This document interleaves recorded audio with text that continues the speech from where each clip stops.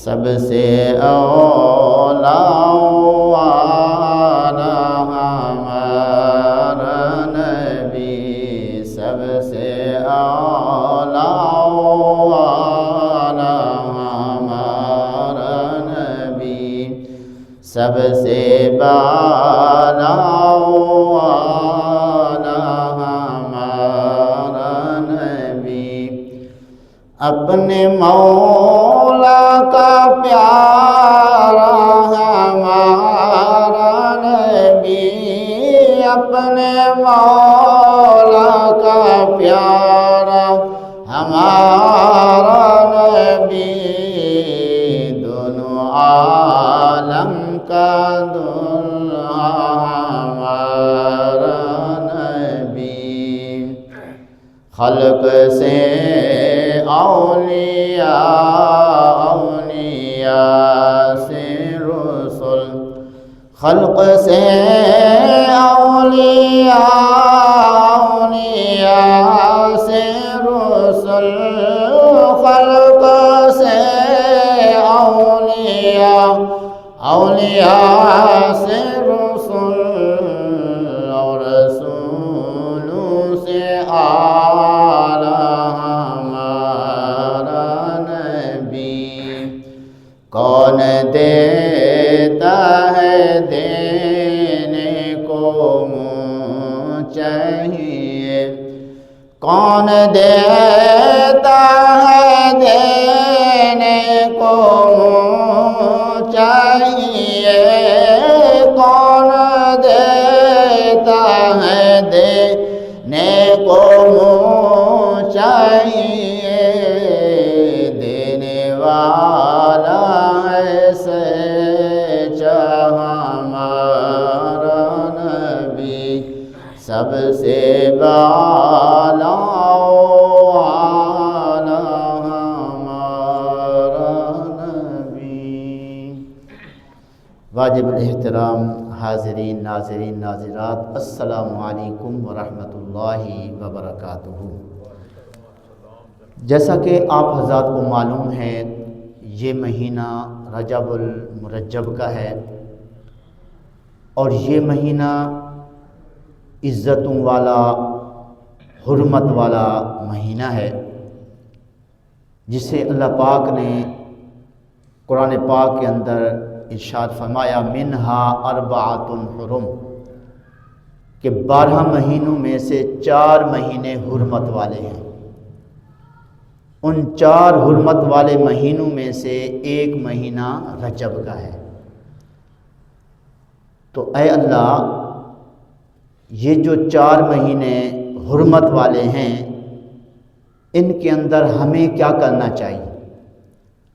فرمایا فَلَا تَظْلِمُوا فِيهِنَّ أَنفُسَكُمْ، ان حرمت والے مہینوں کے اندر تم اپنے اوپر کوئی ظلم نہ کرو، یعنی کوئی گناہ نہ کرو، کوئی کمی کوتاہی نہ کرو، اور جو احکامات تمہیں دیے گئے ہیں ان کو بجا لاؤ، جن کاموں سے تمہیں روکا گیا ہے تم ان سے رک جاؤ۔ مولا صرف انہی مہینوں میں ہم نے گناہوں سے رکنا ہے، اور جو 8 مہینے ہیں ان میں نہیں؟ فرمایا ان کے اندر بھی رکنا ہے، لیکن خاص طور پہ ان حرمت والے مہینوں میں تم نے رکنا ہے گناہوں سے، کیونکہ جس طرح کسی حرمت والے مہینے میں نیکیاں کی جائیں تو زیادہ ثواب ملتا ہے، اسی طرح کوئی گناہ کمی زیادتی کی جائے تو اس پہ سزا بھی زیادہ ہوتی ہے۔ تو اس لیے یہ رجب کا مہینہ جو ہے بڑی عظمتوں والا، بڑی حرمت والا مہینہ ہے۔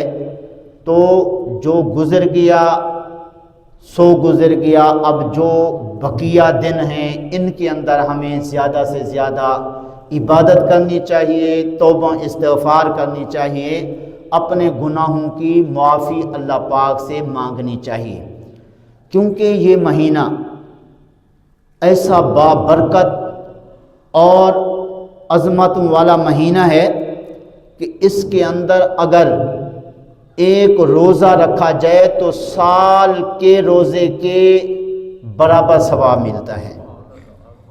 ایک روزہ رکھنے پر ایک سال کے روزے رکھنے کے برابر ثواب ہے، جیسا کہ ہمارے آقا و مولا صلی اللہ علیہ وسلم نے ارشاد فرمایا ان رجب شہر عظیم تضاعف فیہ الحسنات، رجب عظیم مہینہ ہے، اس کے اندر نیکیاں دگنی ملتی ہیں۔ فرمایا من صام یوما منہ، رجب کے ایک دن کا جو شخص روزہ رکھ لے گا کانا کا صیام سنۃ، فرمایا وہ ایسے ہے جیسے اس نے سال بھر کے روزے رکھے۔ تو اس لیے چلیں، آج 26 رجب المرجب ہے، پہلے ہم نہیں رکھ سکے تو بقیہ 2-4 دن جو ہیں ان کے اندر روزہ رکھ سکتے ہیں، اتنا عظیم ثواب جو ہے وہ حاصل کر سکتے ہیں۔ بلکہ ایک اور حدیث میں ہمارے آقا و مولا صلی اللہ علیہ وسلم نے ارشاد فرمایا جو شخص ماہ رجب کا ایک روزہ رکھے گا اس کو 1 سال روزے رکھنے کے برابر ثواب ملے گا، اور جو 7 دن کے روزے رجب کے رکھ لے گا اس کے لیے دوزخ کے 7 دروازے بند کر دیے جائیں گے، اور جو 8 روزے رکھ لے گا اس کے لیے جنت کے 8 دروازے کھول دیے جائیں گے۔ فرمایا جو 10 دن کے روزے رکھ لے گا وہ جو چاہے گا اللہ پاک سے، جو مانگے گا اللہ اسے عطا فرمائے گا۔ اور فرمایا ہمارے آقا و مولا صلی اللہ علیہ وسلم نے کہ رجب شہر اللہ، رجب کا مہینہ اللہ کا مہینہ ہے، تو اس مہینے کو اللہ پاک کی طرف نسبت دی گئی ہے، یہ اللہ کا مہینہ ہے، یعنی اللہ کا محبوب یہ مہینہ ہے، لہٰذا جو اس مہینے کے اندر جتنا زیادہ سے زیادہ نیکیاں کرے گا اتنا زیادہ ثواب جو ہے وہ حاصل کرے گا۔ اور مزید ذرا توجہ سے سماعت فرمائیے کہ اس مہینے کا ایک روزہ اگر کوئی رکھ لیتا ہے 600 سال عبادت کرنے سے بھی زیادہ اس کو ثواب ملتا ہے۔ اب آئیے اس توجہ سے سماعت فرمائیے، نزہۃ المجالس کے اندر یہ واقعہ لکھا ہے، حضرت عیسیٰ علی نبینا و علیہ الصلاۃ والسلام ایک دن کہیں جا رہے تھے، ایک پہاڑ پر سے گزرے، اس پہاڑ سے نور کی شعاعیں نکل رہی تھیں، اور وہ پہاڑ جو ہے وہ روشن تھا۔ حضرت عیسیٰ علی نبینا و علیہ الصلاۃ والسلام نے اللہ تبارک و تعالیٰ کی پاک بارگاہ میں عرض کی مولا اس پہاڑ کو حکم دے یہ میرے سے بات کرے۔ تو جیسے حضرت عیسیٰ علیہ السلام نے اللہ کی بارگاہ میں عرض کی تو وہ پہاڑ بولنے لگا۔ تو معلوم ہوا کہ اللہ تعالیٰ کے جو پیغمبر ہوتے ہیں وہ جو چاہیں اللہ ویسے کر دیتا ہے۔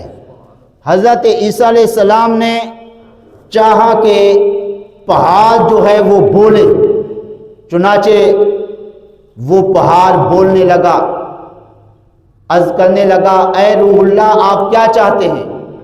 حضرت عیسیٰ علیہ السلام نے فرمایا اے پہاڑ یہ تیری چمک دمک کیسی ہے، یہ نور کی شعاعیں نکل رہی ہیں، یہ کیوں ہیں، کس طرح ہیں؟ تو وہ پہاڑ کہنے لگا میرے اندر ایک اللہ تبارک و تعالیٰ کا برگزیدہ بندہ رہتا ہے، اس کی برکت سے نور کی شعاعیں نکل رہی ہیں اور مجھے آپ چمک دمک والا دیکھ رہے ہیں۔ حضرت عیسیٰ علیہ السلام نے اللہ تعالیٰ کی بارگاہ میں عرض کی مولا اس پہاڑ کے اندر جو تیرا محبوب بندہ رہتا ہے جس کی برکت سے بقول اس پہاڑ کے شعاعیں نور کی نکل رہی ہیں اور اس پہاڑ کے اوپر چمک دمک ہے، اس بندے کو میرے سامنے حاضر فرما دے۔ چنانچہ وہ پہاڑ کے اندر رہنے والا اللہ تعالیٰ کا خاص بندہ ظاہر ہوا۔ حضرت عیسیٰ علیہ السلام نے اس بندے سے پوچھا کہ تو کون ہے، یہاں پہ کیا کرتا ہے؟ بتایا گیا ہے کہ تیری برکت سے اس پہاڑ پر سے نور کی شعائیں نکل رہی ہیں۔ وہ اللہ تعالیٰ کا خاص بندہ، محبوب بندہ کہنے لگا، اے روح اللہ، میں حضرت موسیٰ علیہ نبینا علیہ الصلاۃ والسلام کا امتی ہوں۔ میں نے اللہ تبارک و تعالیٰ کی بارگاہ میں یہ دعا کی تھی، اے اللہ مجھے اتنی لمبی زندگی عطا فرما، تیرے نبی آخر الزمان یعنی آخری نبی محمد مصطفیٰ صلی اللہ علیہ وسلم تشریف لائیں، میں اس وقت تک زندہ رہوں اور میں ان کا کلمہ پڑھوں اور میں ان کا امتی بن جاؤں۔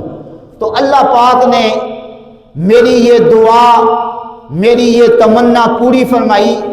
600 سال سے میں اس پہاڑ کے اندر رہتے ہوئے اللہ کی عبادت کر رہا ہوں۔ حضرت عیسیٰ علیہ السلام یہ سن کر حیران ہوئے کہ 600 سال سے یہ بندہ یہاں پہ عبادت کر رہا ہے اور اللہ تعالیٰ سے یہ دعا کی ہے کہ آقا کریم صلی اللہ علیہ وسلم کا امتی بننے کے لیے جو ہے ان کی عمر بڑھا دی جائے اور ان کو حضور کا امتی بننے تک زندہ رکھا جائے۔ تو اس لیے اللہ تعالیٰ کی بارگاہ میں عرض کی، اے اللہ اس نے 600 سال عبادت کی ہے اس پہاڑ کے اندر رہتے ہوئے، تو کیا اس سے زیادہ کوئی فضیلت والا، کوئی بڑے مقام والا، کوئی بڑے مرتبے والا بھی شخص ہے؟ اللہ پاک نے فرمایا، اے روح اللہ، اے عیسیٰ علیہ السلام، ہاں ایک بندہ ہے جو اس 600 سالہ عبادت کرنے والے سے بھی زیادہ فضیلت والا، افضل اور بڑے مرتبے والا ہے۔ عرض کی مولا وہ کون ہے؟ فرمایا جو میرے محبوب صلی اللہ علیہ وسلم کا امتی رجب کے مہینے میں ایک روزہ رکھ لے گا، اسے 600 سالہ عبادت سے بھی زیادہ ثواب عطا کروں گا۔ سبحان اللہ، اتنی بڑی برکت والا اس مہینے کا روزہ۔ تو اس لیے حضرات گرامی، یہ تو ایک روزے رکھنے کا اتنا بڑا ثواب ہے، اگر زیادہ رکھ لیے جائیں تو کتنی بڑی برکت ہوگی۔ پھر حضرات گرامی، یہ رجب کا مہینہ جس کے اندر حضرت سیدنا نوح علی نبینا علیہ الصلاۃ والسلام کے زمانے میں طوفان آیا تھا، آپ جانتے ہیں 950 سال حضرت نوح علیہ السلام نے اپنی امت کو تبلیغ فرمائی، تو چند ایک لوگ جو ہیں ان کی تبلیغ پر مسلمان ہوئے۔ آخرکار اللہ تعالیٰ کی بارگاہ میں عرض کی، مولا میں نے ان کو تبلیغ فرمائی ہے لیکن کوئی اثر نہیں ہو رہا ان پر۔ پھر اللہ تعالیٰ نے عذاب بھیجا طوفان کی صورت میں۔ جب طوفان آیا، زمین کے اوپر پانی پانی ہو گیا، اللہ تعالیٰ کے حکم سے پھر ایک کشتی کے اوپر حضرت نوح علیہ السلام خود بھی سوار ہوئے اور ان کے جو ماننے والے تھے وہ بھی، اور پرندے جانور ایک ایک جوڑا جو ہے وہ کشتی کے اوپر سوار ہوئے۔ لیکن اس سے پہلے حضرت نوح علیہ السلام نے خود بھی روزہ رکھا اور اپنے ساتھیوں کو بھی روزہ رکھنے کا حکم فرمایا۔ اس طرح رجب کے اندر روزہ رکھ کے کشتی کے اوپر سوار ہوئے۔ 6 ماہ جو ہے وہ کشتی پانی کے اوپر تیرتی رہی، چلتی رہی اس روزے کی برکت سے۔ تو اس طرح حضرات گرامی رجب کے مہینے میں حضرت نوح علیہ السلام نے بھی روزہ رکھا کشتی کے اوپر سوار ہونے کے لیے، اور ان کے ساتھیوں نے، ان کے ماننے والوں نے بھی روزہ رکھا۔ تو اس لیے جب حضرت نوح علیہ السلام نے روزہ رکھا اور اللہ تبارک و تعالیٰ نے بھی فرما دیا کہ جو ماہ رجب کا ایک روزہ رکھے گا وہ ایک روزہ رکھنے والا 600 سالہ عبادت کرنے والے سے بھی میرے نزدیک افضل ہوگا۔ تو اس لیے ہمیں بھی کوشش کرنی چاہیے۔ اس کے علاوہ نزہۃ المجالس میں یہ بھی واقعہ لکھا ہے کہ بصرہ کے اندر ایک عورت تھی کہ جو ماہ رجب کے اندر روزے رکھا کرتی تھی. اس نے اپنی اولاد کو وصیت کی، میں جب مر جاؤں تو جن کپڑوں میں میں رجب کے مہینے میں عبادت کرتی ہوں انہی کپڑوں کے اندر مجھے کفنایا جائے. تو وہ فوت ہو گئی. اولاد نے اس کی وصیت پر عمل نہ کیا. انہوں نے کفن جو ہے اس کے ان کپڑوں کے علاوہ دیا جن کپڑوں میں وہ رجب کے مہینے میں عبادت کرتی تھی. تو کفن چونکہ آقا کریم صلی اللہ علیہ وسلم نے فرمایا ہے کہ اچھے سے اچھا کفن جو ہے تم اپنے مردے کو دو. کیوں کہ وہ جب اپنے ساتھیوں کے پاس جائے گا، اپنے ساتھیوں سے ملے گا تو اس کا کفن جو ہے وہ اچھا ہوگا تو وہ فخر کرے گا، دیکھو میرے گھر والوں نے کتنا اچھا جو ہے مجھے کفن دیا ہے. تو اس لیے کفن جو ہے بعض لوگ تو اپنے مرنے سے پہلے ہی تیار کر کے رکھتے ہیں. کوئی عمرہ کرنے جاتا ہے، خود جاتا ہے یا کوئی جاتا ہے، اس کو کفن کا کپڑا لے کر اس کو دے دیتے ہیں جو عمرہ کرنے جاتا ہے کہ جی آب زمزم سے اسے دھو کے آنا، تاکہ جب ہم مریں تو آب زمزم سے دھلا ہوا جو کفن ہوگا تو اس کی برکت سے ہماری بخشش ہو جائے گی. تو اس طرح یہ نسبت آب زمزم کی لوگ حاصل کرنے کے لیے یا تو خود جا کے آب زمزم سے دھو آتے ہیں یا کسی کو دے کر بھیجتے ہیں، اور اس طرح وہ کفن آب زمزم سے دھو کے اپنے پاس رکھ لیتے ہیں. تو اس لیے ہمیں بھی کوشش کرنی چاہیے. میرے دادا جی جو چند دن بلکہ چند مہینے پہلے فوت ہوئے ہیں، وہ حج پر گئے تو ایک تھان جو ہے وہ کفن کا لے کے گئے، بھی ادھر سے دھو کے لے آئیں گے آب زمزم سے تو اسی سے کفن دیا جائے گا. تو الحمدللہ اسی سے ان کو کفن دیا گیا. تو بہرحال یہ ہے کہ کفن جتنا اچھا ہوگا اتنا جو کفن والا ہے وہ فخر کر سکے گا. لیکن اس پر ایک مسئلہ میں عرض کر دوں کہ کفن جو مردے کو دینا ہے وہ گھٹیا بھی نہیں دینا ہے اور زیادہ قیمت والا بھی نہیں دینا ہے، درمیانہ قیمت والا جو ہے وہ کفن دینا ہے. شرعی حکم یہی ہے، کیونکہ جو مرنے والا جائیداد چھوڑ جاتا ہے اس کے اندر باقی لوگوں کا جو زندہ ہوتے ہیں، جو ورثاء ہوتے ہیں، ان کا حق ہوتا ہے. تو اس لیے اس حق کا بھی خاص خیال رکھنا ہے. تو بہرحال درمیانی قیمت والا جو ہے وہ کفن دینا ہے.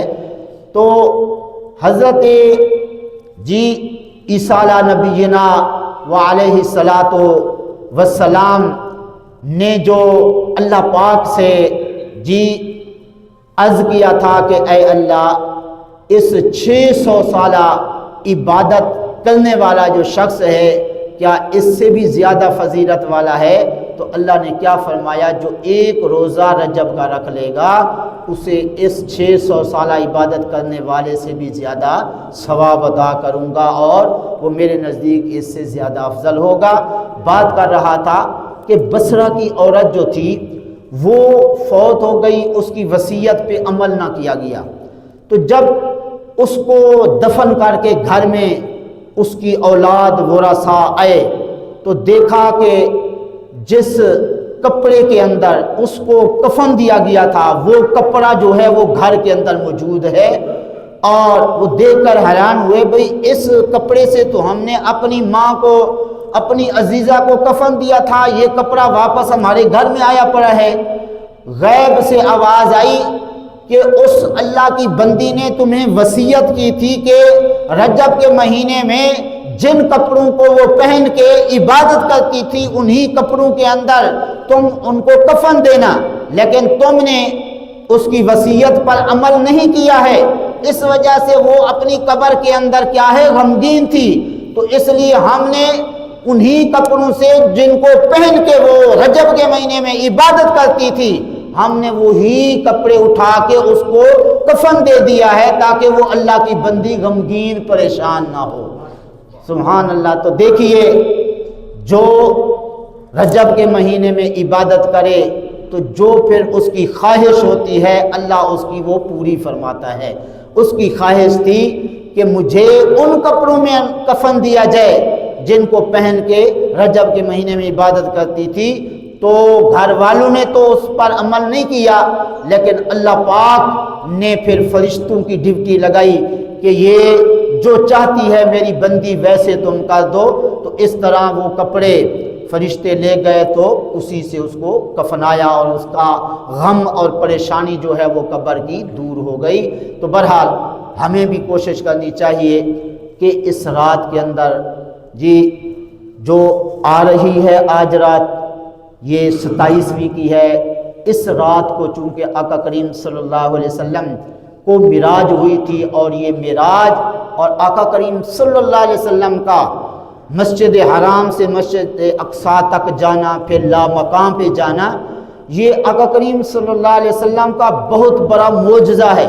ویسے تو آقا کریم صلی اللہ علیہ وسلم کو بہت سارے معجزات دیے گئے، 1,24,000 کم و بیش جو انبیاء علیہ السلام تھے، اللہ نے ان سب کو جتنے معجزات دیے، فضائل، مقامات اور مرتبے دیے، سب کے سب آقا کریم صلی اللہ علیہ وسلم کو بھی اللہ نے عطا فرمائے، اور ان کے علاوہ اور بھی اللہ پاک نے بہت زیادہ جو ہے معجزے عطا فرمائے، یہاں تک کہ آقا کریم صلی اللہ علیہ وسلم خود معجزہ بن کے آئے، سراپائے معجزہ بن کے آئے۔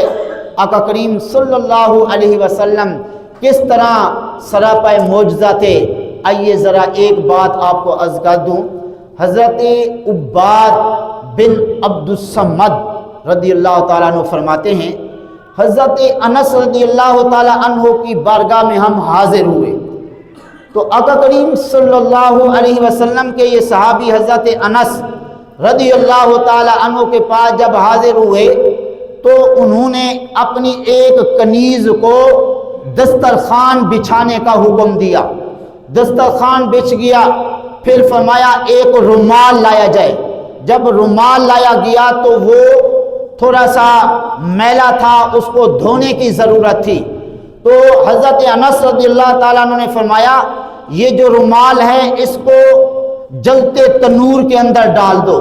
جب وہ تنور کے اندر رومال ڈالا گیا، کچھ دیر کے بعد جب اس کو نکالا گیا تو وہ دودھ کی طرح سفید اور چمکدار ہو گیا تھا، تو یہ دیکھ کر پوچھا گیا حضرت انس رضی اللہ تعالیٰ عنہ سے یہ کیا ماجرا ہے؟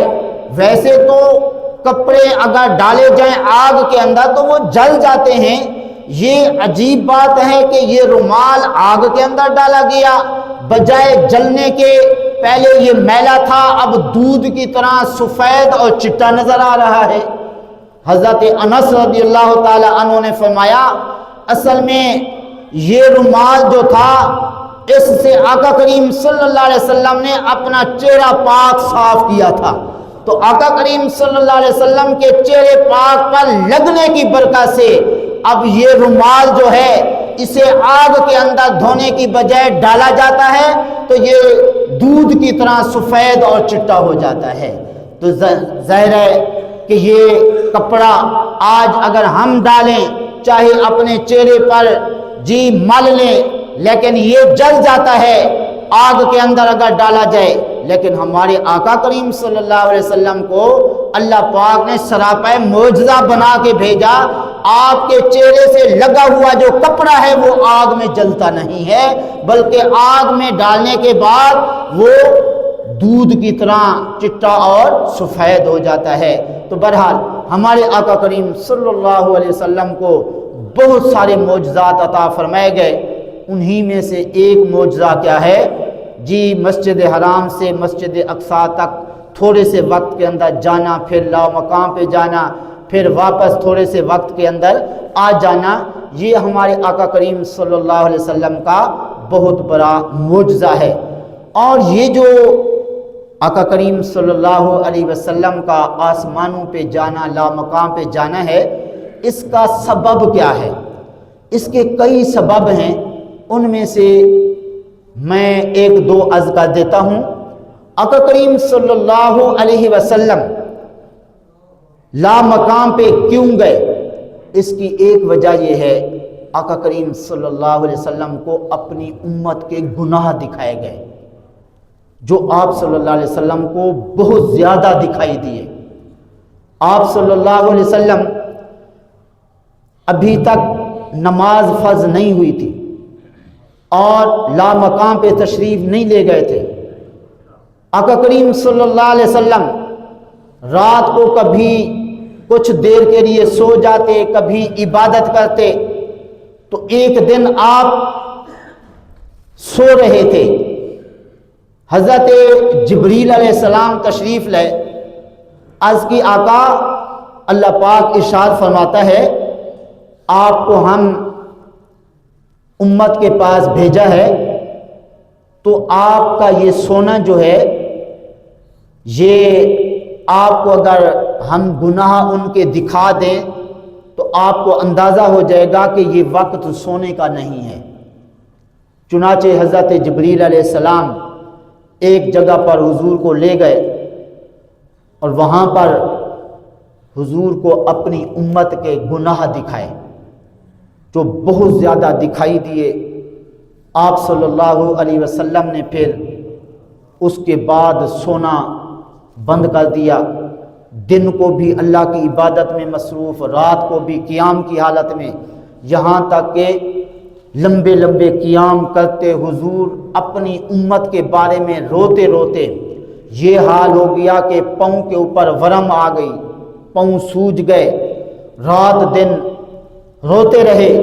آخر کار فرشتوں نے عرض کی اے اللہ یہ کیسی ہستی ہے جن کے اوپر امت کے گناہ دکھا کے اس طرح ان کو غمگین کر رکھا ہے، اور یہ اپنی امت کی خاطر دن رات رو رہے ہیں، پاؤں سوج گئے ہیں، دن رات ان کے رونے کی آواز ہم آسمانوں پر سنتے ہیں، تو اس لیے اے اللہ اس کی وجہ۔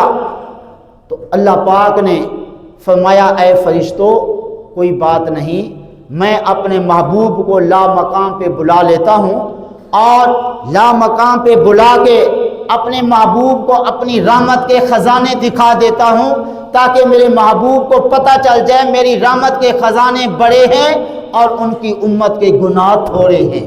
تو اس طرح حضرات گرامی ہمارے آقا کریم صلی اللہ علیہ وسلم اپنی امت کے گناہ دیکھ کے اس طرح جب رونے لگے، لمبے لمبے قیام فرمائے، تو اللہ پاک نے لا مقام پہ بلا لیا اور اس طرح اپنے محبوب کو اپنی رحمت کے خزانے دکھائے۔ فرمایا محبوب دیکھو میری رحمت کے خزانے بڑے ہیں یا آپ کی امت کے گناہ زیادہ ہیں؟ تو یقیناً اللہ تعالیٰ کی رحمت کے خزانے بڑے ہیں، تو لیکن ہمارے گناہ بھی تھوڑے نہیں ہیں۔ تو ہمیں کیا معلوم کہ زندگی کے اندر ہم نے کیا کیا کرتوت کیے، ایسے کام ہم کر چکے جن کے بارے میں ہمیں پتہ بھی نہیں ہے کہ وہ گناہ کے کام ہیں۔ 700 کبیرہ گناہ جو ہے وہ بتائے گئے۔ اب 700 کبیرہ گناہ ہیں، ہمیں کیا معلوم کہ 700 میں سے شاید ہم نے کوئی گناہ کر لیے ہوں، کبیرہ گناہ جو ہیں بڑے بڑے گناہ ہم نے کر لیے ہوں۔ تو اس لیے ہمیں ہر وقت فکر کرنی چاہیے۔ ہمارے آقا کریم صلی اللہ علیہ وسلم تو ہماری فکر کرتے تھے، ہماری فکر میں روتے رہے، لمبے لمبے قیام کرتے رہے کہ اس طرح میری امت کو بخش دیا جائے، لیکن جو امت گناہ گار ہے اس کو اپنی کوئی فکر نہیں ہے۔ اس لیے اب ہمیں فکر کرنی ہوگی اپنی گزشتہ زندگی میں جو ہم نے اعمال کیے ہیں، تو کیا معلوم کہ بڑے بڑے گناہ ہم سے ہو گئے ہوں۔ دیکھیے کہ جس کو ہم گناہ بڑا نہیں سمجھتے وہ بڑا گناہ ہے۔ مثلا ماں اگر کہتی ہے بیٹا ادھر آؤ تو بیٹا کہتا ہے میرے پاس ٹائم نہیں ہے، یہ کبیرہ گناہ ہے۔ اب آپ اندازہ کریں اس جیسے کتنے اور گناہ ہم نے کر لیے ہوں گے جو کہ کبیرہ گناہوں کے اندر شامل ہیں، لیکن ہم تو سمجھتے ہیں جناب ہم نمازی ہیں، روزے رکھنے والے ہیں، تو اس طرح ہم سے کون سے بڑے گناہ ہو گئے ہوں گے۔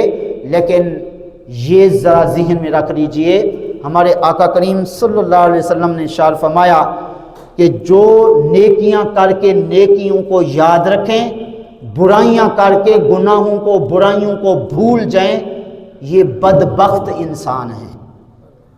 تو اس لیے نیکیاں کر کے ہمیں بھول جانا چاہیے۔ کہتے ہیں کہ کسی کے ساتھ اگر کوئی ہیلپ کی ہے، کوئی تعاون کیا ہے، کوئی مدد کی ہے، تو وہ مدد کرنا جو نیکی اپنے مسلمان بھائی کے ساتھ کی ہے اس کو بھول جاؤ۔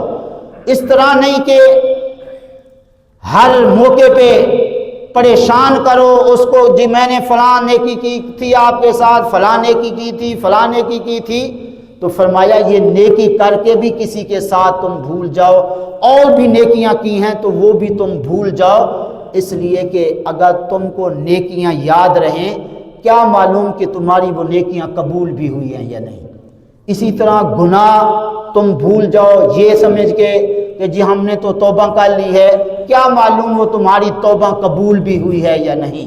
تو اس لیے اپنے گزشتہ گناہوں کو یاد کر کے ہر وقت اپنے گناہوں سے اللہ تعالیٰ کی بارگاہ میں بخشش مانگنی چاہیے اور معافی مانگنی چاہیے، اور بار بار توبہ کا مطلب بھی یہی ہے کہ جب کہے کہ اے اللہ میں توبہ کرتا ہوں، اس توبہ کرنے کا مطلب کیا ہوتا ہے کہ اے اللہ میں آئندہ یہ کام نہیں کروں گا، یہ گناہ نہیں کروں گا۔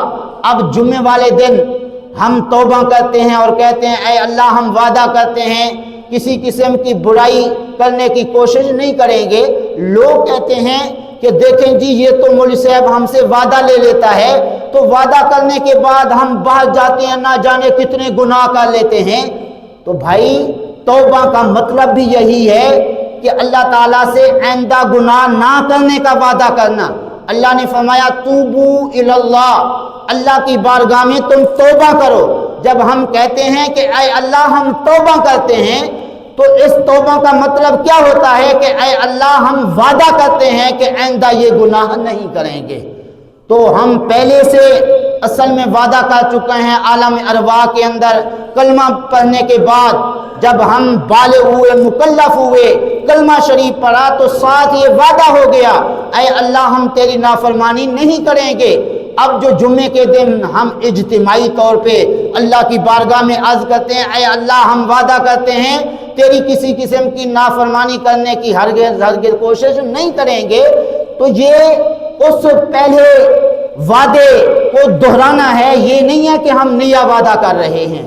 وعدے تو ہم پہلے کر چکے ہیں، اب اسی وعدے کو دہرا کے جی اپنے ذہن میں یہ دوبارہ خیال لاتے ہیں کہ ہم اپنے رب سے جو پہلے وعدہ کر چکے اب اسی کو دہرا کے آئندہ ہم اسی کے مطابق اپنی زندگی گزارنے کی کوشش کریں گے۔ تو یقین جانیے بہت سارے ایسے لوگ ہیں جی جو جمعے کے دن ادھر اجتماعی توبہ کر کے جاتے ہیں، تو کوئی گناہ اگر کرنا بھی پڑ جائے تو ذہن میں آ جاتا ہے کہ جی ہم نے تو جمعے والے دن وعدہ کیا تھا جی۔ تو کوئی بھی کام ہو نا اس کے اندر مثبت پہلو بھی ہوتے ہیں منفی پہلو بھی ہوتے ہیں۔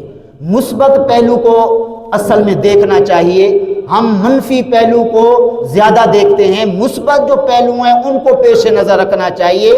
کیا کہ اگر ہم وعدہ کر لیں گے آئندہ گناہوں سے، اس وعدے کی وجہ سے ہم اپنے آپ کو گناہوں سے بچانے کی کوشش کریں گے، بار بار ذہن میں خیال آئے گا کہ ہم وعدہ کر چکے اب ہم یہ گناہ کیوں کریں، ہم ہیرا پھیری کیوں کریں، ہم کسی کو دھوکہ کیوں دیں، کیونکہ ہم نے تو اجتماعی توبہ میں جی شرکت کی ہے، اب وعدہ کر چکے ہیں۔ تو بہرحال حضرات گرامی ہمارے آقا کریم صلی اللہ علیہ وسلم نے ہم امت کے لیے جو ہے بڑے لمبے لمبے قیام فرمائے اور بہت زیادہ ہماری فکر فرمائی، تو اس لیے اللہ پاک نے فرمایا محبوب اور ہمارے خزانے رحمت کے دیکھو تاکہ آپ کا یہ آپ کی امت کے بارے میں جو غم ہے یہ ختم ہو جائے اور آپ کی یہ پریشانی دور ہو جائے اور آپ کو چین اور سکون حاصل ہو جائے آپ کو آپ کی امت کے بارے میں۔ تو میں عرض کر رہا تھا کہ بہت سے گناہ جو ہیں بڑے بڑے ہوتے ہیں لیکن ہمیں ان کا پتہ نہیں ہے۔ تو ایک گناہ جو بڑا ہے وہ یہ کہ ہمارے آقا کریم صلی اللہ علیہ وسلم نے ارشاد فرمایا بڑے گناہوں میں سے جو اپنی امت کے بڑے بڑے گناہ میں نے دیکھے، ان میں سے ایک یہ ہے کہ کوئی قرآن پاک کی آیت یا سورت سیکھ کے پڑھ کے یاد کر کے بھلا دے۔ قرآن پاک کی آیت یا سورت کو یاد کر کے بھلا دینا، آقا کریم صلی اللہ علیہ وسلم فرماتے ہیں سب سے بڑا گناہ یہ مجھے نظر آیا ہے۔ تو آج دیکھیں اتنے لوگ قرآن پاک یاد کر کے بھول چکے ہیں۔ ہم میں سے بہت سارے حضرات ایسے ہوں گے جن کے بچے بچیاں قرآن پاک حفظ کر چکے، لیکن اس کے بعد اس کی تلاوت نہ کر کے قرآن پاک بھلا چکے ہیں۔ اگر ایک آیت ایک سورت پڑھ کے بھلا دیا جائے تو یہ کبیرہ گناہ ہے۔ حضور فرماتے ہیں سب سے بڑا گناہ مجھے یہ نظر آیا۔ تو اس طرح پورا قرآن پاک یاد کر کے بھلا دیا جائے تو کتنا بڑا جرم ہوگا، کتنا بڑا گناہ ہوگا۔ تو اس لیے یہ قرآن پاک جو ہے اللہ پاک کی طرف سے آیا ہمارے لیے ثواب کمانے کے لیے۔ ہم قرآن پاک پڑھیں، ایک ایک حرف پر نہ جانے کہ کتنا ثواب ملتا ہے۔ الف لام میم اگر پڑھ لیں تو حضور فرماتے ہیں 30 نیکیاں اس کے بدلے میں ملتی ہیں۔ تو اس طرح اگر قرآن پاک کا پارہ پڑھ لیں، قرآن پاک پورا ختم کر لیں تو کتنا ثواب ہمارے نامہ اعمال میں لکھا جا سکتا ہے۔ تو بہرحال یہ قرآن پاک جو ہے جن لوگوں نے یاد کیا، حفظ کیا، اب وہ بھلا چکے ہیں تو ان کو چاہیے کہ اب یاد کریں۔ اسی طرح جن کی عمر کافی ہو گئی ہے یا نظر کمزور ہو گئی ہے، اب وہ پڑھتے نہیں ہیں، نہ پڑھ کے وہ بھلا چکے، ان کو بھی چاہیے اس کبیرہ گناہ سے بچنے کے لیے وہ دوبارہ شروع کریں۔ جو آیاتیں یاد تھیں، جو صورتیں یاد تھیں اب بھول چکی، ان کو دوبارہ سے یاد کریں تاکہ اس بڑے گناہ کے مرتکب نہ ہو جائیں۔ تو اس طرح آقا کریم صلی اللہ علیہ وسلم کو لا مقام پہ کیوں جانا پڑا؟ اپنی امت کے گناہوں کو دیکھنے کی وجہ سے اور ان پر پریشان ہونے کی وجہ سے۔ اور دوسرا سبب آقا کریم صلی اللہ علیہ وسلم کے لا مقام پہ جانے کا یہ تھا کہ آسمانوں پر 4 فرشتے رہتے تھے اس وقت بھی، اب بھی رہتے ہیں۔ کون سے؟ حضرت اسرافیل علیہ السلام، حضرت میکائیل علیہ السلام، حضرت جبریل علیہ السلام، حضرت عزرائیل علیہ السلام۔ تو ان کو 4 مسائل کے اندر مسئلہ تھا، یعنی 4 مسئلوں کے اندر یہ اختلاف کر رہے تھے کہ ان 4 مسئلوں کا جواب کیا ہے۔ اب وہ 4 مسئلے کون سے تھے؟ ہر ایک فرشتے کا الگ سے مسئلہ تھا۔ حضرت اسرافیل علیہ السلام کا یہ مسئلہ تھا کہ کفارات کیا ہیں۔ کیا مطلب؟ کہ جو بندے سے گناہ ہو چکے ان کو مٹانے والے کام کون سے ہیں، کون سے ایسے کام ہیں جن کی وجہ سے گناہوں کو بخش دیا جاتا ہے، گناہوں کو معاف کر دیا جاتا ہے۔ اسی طرح حضرت میکائیل علیہ السلام کا یہ سوال تھا کہ درجات کیا ہیں، یعنی کن کاموں کی وجہ سے درجے بندے کے بلند ہوتے ہیں۔ اسی طرح حضرت جبریل علیہ السلام کا یہ سوال تھا کہ جی منجیات کیا ہیں، یعنی ایسے کام کون سے ہیں جن کی وجہ سے بندہ نجات پا لیتا ہے۔ اور عزرائیل علیہ السلام کا یہ سوال تھا کہ کون سے کام بندے کو تباہی کے اندر، ہلاکت کے اندر ڈالنے والے ہیں۔ یہ 4 مسئلے تھے، ان کے اندر وہ پریشان تھے۔ اللہ تبارک و تعالیٰ کی بارگاہ میں عرض کی، اے اللہ تو اپنے محبوب کو آسمانوں پر بلا تاکہ ہم ان سے اپنے مسائل حل کر سکیں۔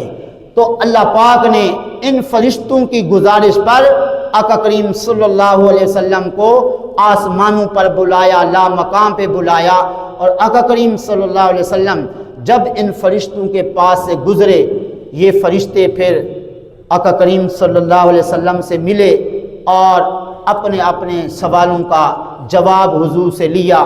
مثلا اسرافیل علیہ السلام کا کیا سوال تھا کہ کفارات کیا ہیں، کون سے کام ہیں جن کی وجہ سے گناہوں کی معافی ہو جاتی ہے، آقا کریم صلی اللہ علیہ وسلم نے جواب ارشاد فرمایا کہ 3 کام ایسے ہیں جن کی وجہ سے بندے کے گناہ جو ہے وہ معاف کر دیے جاتے ہیں۔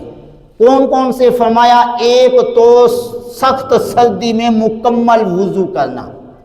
مکمل وضو کرنا جو ہے یہ سخت سردی کے موسم میں کر لینا، یہ بھی گناہوں کا کفارہ ہے، گناہ اس کی وجہ سے مٹ جاتے ہیں۔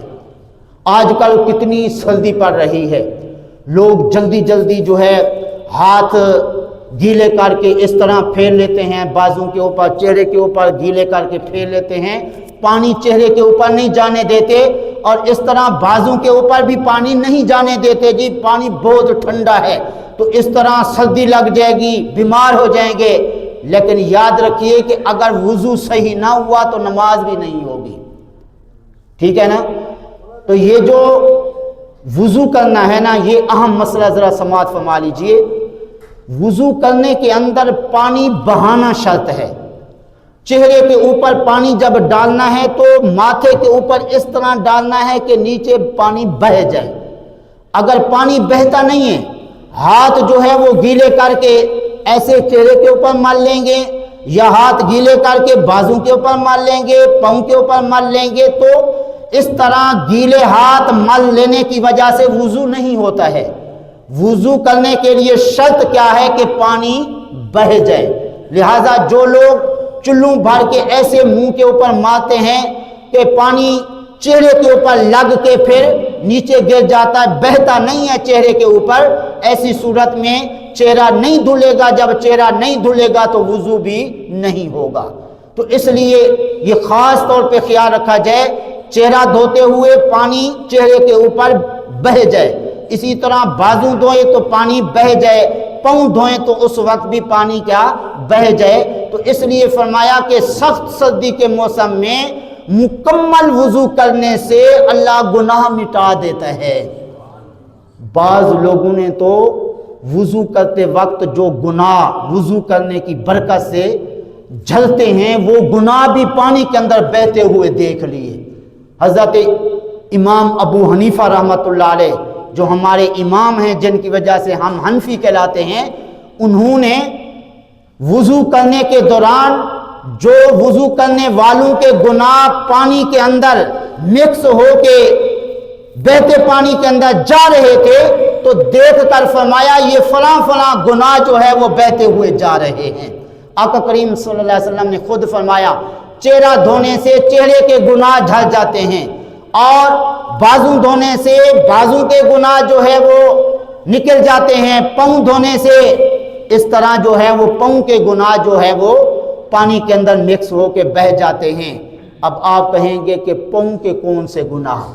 پاؤں سے چل کے چوری کی، ڈکیتی کی، زناکاری کی، شراب نوشی کی، اور بہت سے کام جن کو کرنے کے لیے چل کے گئے، یہ چلنا جو ہے گناہوں کے لیے یہ کیا ہے؟ پاؤں کے گناہ ہیں۔ اسی طرح ہاتھ سے کسی چیز کو پکڑ کے گناہ کیا، یہ ہاتھوں کے گناہ ہیں۔ آنکھوں سے دیکھا تو آنکھوں کے گناہ، اور اس طرح جو ہے زبان سے بولا، جی کسی کی دل شکنی کی اور اس طرح جھوٹ موٹ بولے، تو فرمایا کہ یہ منہ کے گناہ جو ہیں وضو کی برکت سے جھڑ جاتے ہیں۔ لیکن کب؟ جب مکمل وضو کریں گے اور صحیح وضو کریں گے۔ چلیں جی، یہ وضو مکمل کرنا سردی کے موسم میں گناہوں کو مٹا دیتا ہے۔ نمبر 2، فرمایا نماز پڑھنے کے لیے پیدل چل کے جانا۔ ٹھیک ہے نا؟ ہم لوگ تو آج کل اتنے ماشاءاللہ کمزور ہو گئے ہیں کہ 4 قدموں پہ اگر مسجد ہو تو کہتے ہیں موٹر سائیکل نکالو ہمیں چھوڑ کے اور یا ہم خود جائیں گے۔ لیکن نماز کی ادائیگی کے لیے پیدل چل کے جانے کی صورت میں فرمایا یہ گناہوں کو مٹا دیتا ہے۔ کتنے خوش نصیب ہیں وہ لوگ جو نماز پڑھنے کی پابندی بھی کرتے ہیں اور مسجد کے اندر آ کے فرض نماز جماعت کے ساتھ پڑھتے ہیں۔ تو فرمایا پیدل چل کے نماز کے لیے مسجد میں جانے سے کبیرہ گناہ جو ہے وہ معاف ہوتے ہیں، اور اس طرح جو ہے گناہوں کا یہ کفارہ ہے۔ تیسرا عمل جو گناہوں کے لیے کفارہ ہے، فرمایا ایک نماز پڑھنے کے بعد دوسری نماز کا انتظار کرنا، دوسری نماز کا انتظار کرنا۔ بہت سارے لوگ ہیں کہیں پہ بھی بیٹھے ہوں گے، گھڑی دیکھیں گے، پوچھیں گے جی کیا ٹائم ہو گیا ہے، اذان ہو گئی ہے اگلی نماز کی، تاکہ ہم جماعت کے ساتھ جا کے نماز پڑھیں۔ تو اس طرح یہ جو جن لوگوں کی سوچ کے اندر ہے کہ ایک نماز تو پڑھ لی، اگلی نماز کا وقت کب ہوگا، اور گھڑی بھی اس لیے رکھتے ہیں کہ ہم دیکھ لیں کہ نماز کا وقت کب ہوگا، تو اس طرح کچھ لوگ تو دنیا کمانے کی فکر میں رہتے ہیں، لیکن کچھ خوش نصیب لوگ نماز اگلی کے آنے کی انتظار میں رہتے ہیں کہ کب اگلی نماز کا وقت ہو ہم نماز پڑھنے جائیں۔ تو فرمایا ایک نماز کی ادائیگی کے بعد دوسری نماز کا انتظار کرنا جو ہے یہ بھی گناہوں کے لیے کیا ہے، کفارہ ہے۔ تو بہرحال آقا کریم صلی اللہ علیہ وسلم نے ان چاروں فرشتوں کے چاروں مسائل حل کیے۔ ایک کا تو میں نے بتا دیا، باقی تین کے رہ گئے، انشاءاللہ پھر موقع ملا تو عرض کریں گے۔ وآخر دعوانا الحمدللہ رب